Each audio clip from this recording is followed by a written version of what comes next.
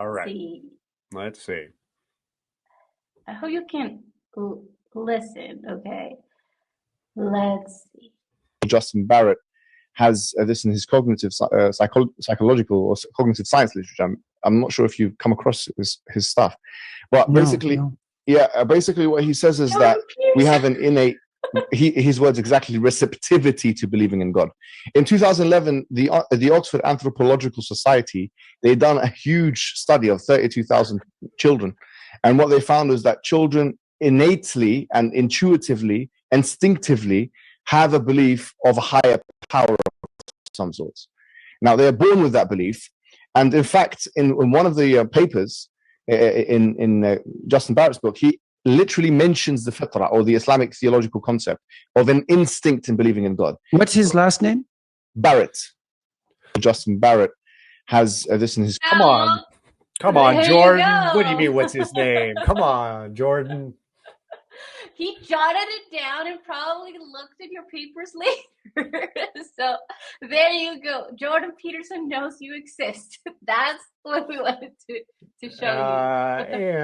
And I appreciate, it looked like his name was Muhammad yes. From the notes. I appreciate that he did a reasonable gloss on the thesis. I mean, I don't use terms like innate, but that's what I was going to ask you. Did he represent the conclusions of your research well? What would you say differently?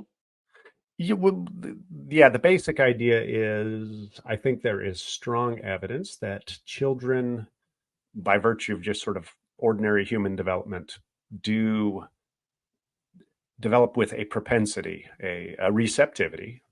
He's right about that. I did use that word, a natural receptivity to believing in at least one God, just by the way that our minds work. It doesn't mean they've sort of come out of their moms with a theological concept of the creator God or anything like that, but they seem to very early in life develop a whole bunch of little ways of thinking. Almost think of them as sort of slots, or I sometimes use the metaphor of a shape sorter, that little toy that you put different shapes in, like preschool toy, that they develop with a little God-shaped slot that then they're waiting for cultural input to know what gets put in that slot.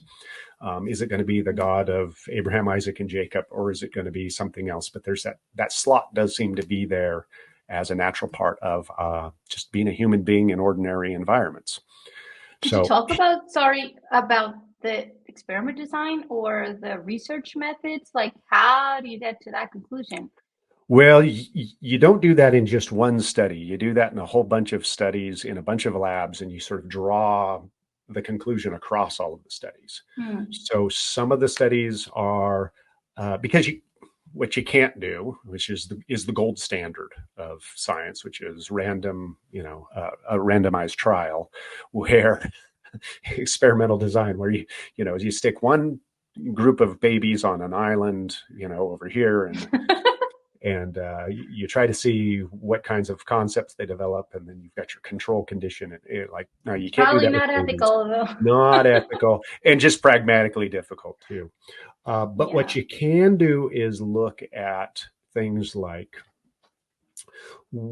what kinds of ideas do children learn really quickly, seemingly across cultures. What ideas do they where their mistakes, so-called mistakes in thinking, go? Do they tend to go in a particular direction? Because usually we make mistakes in the direction of what's easiest for us and most natural in our thinking. So you can look at things like how do children reason about the natural world? And Deb Kellerman, in her work, she's a developmental psychologist at Boston University, has just done tons of studies, she and her collaborators, showing that young children, preschool age children, expect to see, they think of the world in terms of having design and purpose, for instance. Yes. Animals are here for a reason, and that's why they're here. It's not just that I see stuff and I see design and purpose. It's that, and I think that design and purpose is why that mountain is here, why that river is here, why that tiger is, why the first ever tiger was here. So that seems to be in the background. So that already inclines them, makes them really receptive to the idea of purpose and design. She, in some of her later, more recent studies, has shown that then nudges toward, and someone is responsible for that design, that purpose, that direction in the natural world. So there seems to be a natural receptivity to the idea that a god or gods have been involved in giving us purpose naturally and purposing the natural world out there. The studies that I've done have mostly had to do with how children reason about God's properties. And we've shown that children find it really easy, again, at preschool age children, really easy to think about God as a super knowing being who sees things that humans can't, who hears things that humans can't, who knows things that humans don't know. That's actually, they kind of seem to get that before they've figured out exactly when their mother or other humans don't see things, right? So their error, I mentioned errors, or sometimes they're informative. Their errors, even for their mom, are in the direction of over attributing knowledge and perception to their mom. And so they treat mom as more godlike, and then they sort of figure out, no. Okay. As they get older, they sort of ratchet that back. They don't have to ratchet anything back for God. So in some ways that makes God, the jargon is a developmental primitive. God is more like what they kind of expect. So thinking about God as a super powerful being who is somehow involved with designing the natural world, really easy for kids, it turns out.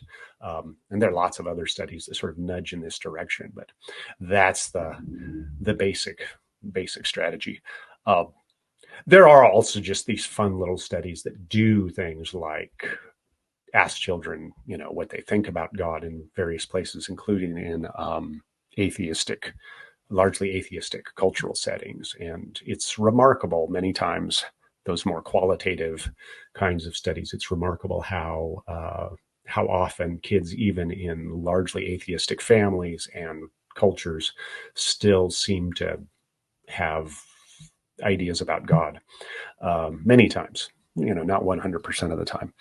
But it's that kind of research that all converges, I think, on this view that we've got a natural receptivity to something like God. And that is mirrored in both, as the podcaster or whoever he was, Muhammad there, it's reflected in Muslim theology, but it's also reflected in Christian theology. That somehow we've got. You said you wouldn't use a specific word. Which was it? It said innate. Innate is a word I avoid using. I get accused of using the word innate, but I don't use it. If you read my stuff carefully, my books, I don't use the word innate because I think it's an ambiguous term that people, nobody knows what it means, so it isn't a useful word. I think we know what it means. Oh yeah, I know what innate means. Like, okay, what does innate mean? Well, present at birth. What about teeth? Not all babies are born with teeth. Oh yeah, but they're going to get teeth. Well, sure. They're going to have puberty at some point too. Is puberty innate? So what you're trying to get at is not innate, present at birth, because not everything's present at birth that sort of comes naturally, but that the potential of it's present at birth, maybe? Maybe the potential is there. So some developmental scientists like Mike Tomasello and also my colleague Robert Macaulay, have used terms that are closer to naturalness, that there's this maturational naturalness or this maturationally expected kinds of outcomes. And what they mean by that is we expect, by virtue of being a human being, the kind of animal we are, if we're talking about humans, the kind of animal we are, living in typical human environments, you will expect to see certain kinds of traits emerge in a very predictable kind of way by virtue of just maturing. So we expect babies to grow teeth. We expect them to learn how to walk. We expect them to learn how to talk. We expect them psychologically to think certain things at certain times in their life.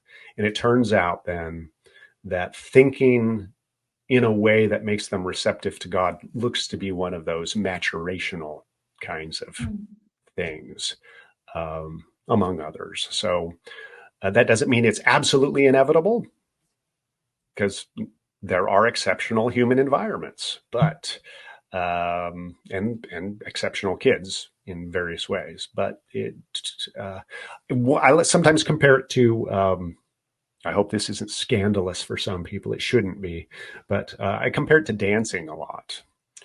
So those who have been around kids know that if you put like music on, especially if it's got a decent beat, around even little toddlers who are just learning how to walk, they'll start moving to the beat, and they will sometimes start spontaneously dancing.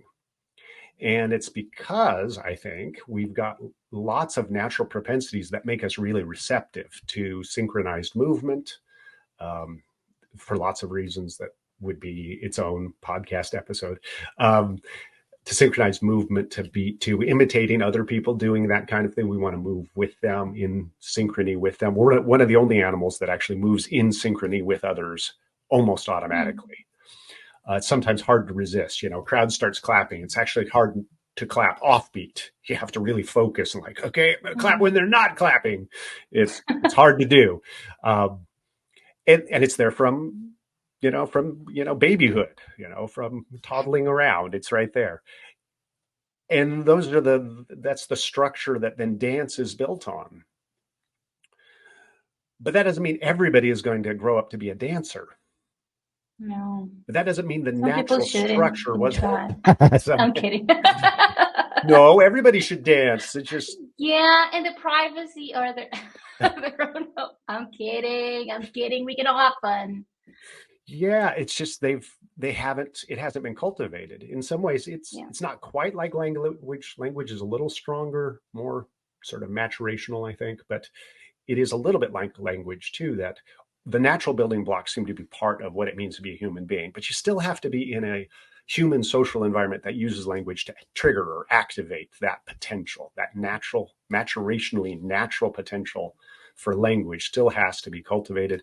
And we've got maturationally natural propensity towards dancing. It still needs to be cultivated in a cultural environment. We've got maturationally natural propensity toward believing in at least one God. And that still needs to be cultivated. It needs to be worked out. That's my basic story. I'm glad he got it largely right. At least he was close enough for that kind of a format. I hope you are correct that Jordan Peterson has now read up on it and he is well versed in this.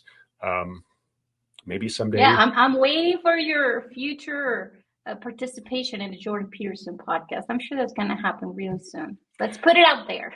Any day now. It would be fun to talk to him. It would be so cool. And for the people who want to learn more about this, they can check out your book, Born Believers. Born Believers. You talk about all of that and more in that book, Born Believers by Justin L. Barrett. Anyways, thanks for the plug. show you that. Yeah, that's fun.